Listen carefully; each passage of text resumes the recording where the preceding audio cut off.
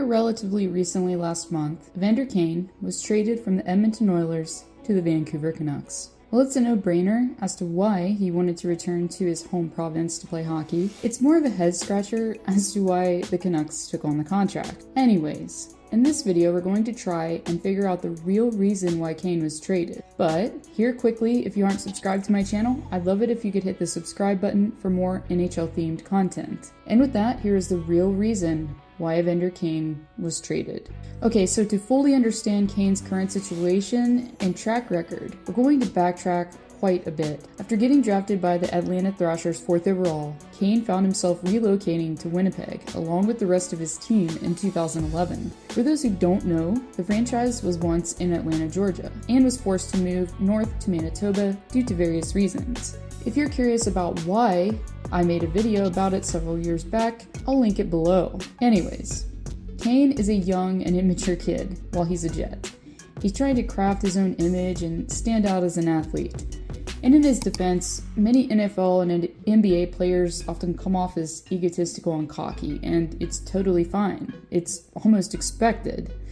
But Kane soon found out that, in the small blue-collar town of Winnipeg, soaking up the spotlight is often frowned upon. It's okay to have a little arrogance.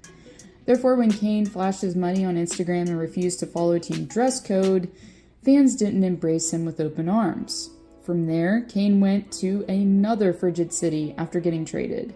This time, instead of feuding with Dustin Byfuglien, he got into it with Justin Faulk. And pretty much right after, he tussled with Faulk. During practice, he was traded yet again. However, it's important to note that while Kane was in Buffalo, he was accused of some pretty horrific things by Rachel. She sued Kane after claiming that, in a nutshell, he did things to cause her physical, emotional, and psychological harm. I'll link an article in the description that goes into further detail about it. So that case was ongoing until recently, when it was settled outside of court. While Kane wasn't charged with anything, the fact that he accepted a settlement does seem suspicious. After that came the next lawsuit that Kane faced when he was traded yet again to the San Jose Sharks. This time, it was a casino in Las Vegas that was suing Kane months before he officially filed for bankruptcy. His time spent in San Jose was probably the worst for him as far as negative publicity was concerned. Not only was Kane getting flack for his gambling addiction, but also for forging a fake vaccination card. And I'm not even going to touch on the ex-wife and all that because, well, we would be here all day. Anyways, once he was caught trying to sneak into Canada without proper documentation, he was suspended indefinitely. Then, he played for the San Jose Sharks AHL team for a bit before his contract was terminated. And somehow, he attracted attention as a UFA in 2021. Now, what we can say about Kane is that despite all of his past behaviors and tainted image, he managed to keep his nose clean while he was in Alberta. However, that doesn't mean he didn't cause other issues. Kane has been notorious for losing control of his emotions at the worst possible times.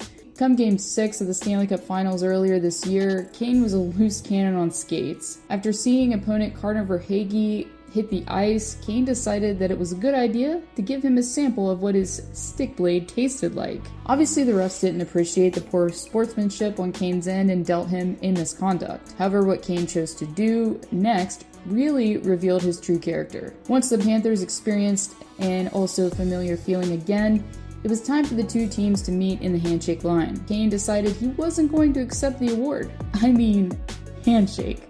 And just days later, Kane is traded to his hometown team. In my opinion, I think it's a mix of circumstances when it comes to the Oilers and Kane's own conduct. For example, besides the misconduct, Kane took 7 minor penalties in the finals alone. That's over a penalty a game.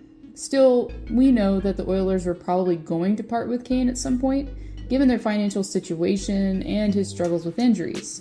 Given that he only had a year left on his contract that's set to pay out $5.125 million this season, made Kane more appealing on the market. The Canucks knew that this would be a relatively low risk, and if that didn't work out, then Kane would just walk in free agency. It's kind of odd though. You would think that GM Patrick Allvin would be more hesitant when it comes to taking on players who have struggled with their teammates to coexist, given the relatively recent JT Miller situation. Even still, It will be interesting to see how Kane pans out in BC this upcoming season, and if he will remain healthy for the full 82-game stretch. In conclusion, I hope you all enjoyed this video. Please subscribe if you haven't, and I'll see y'all next time.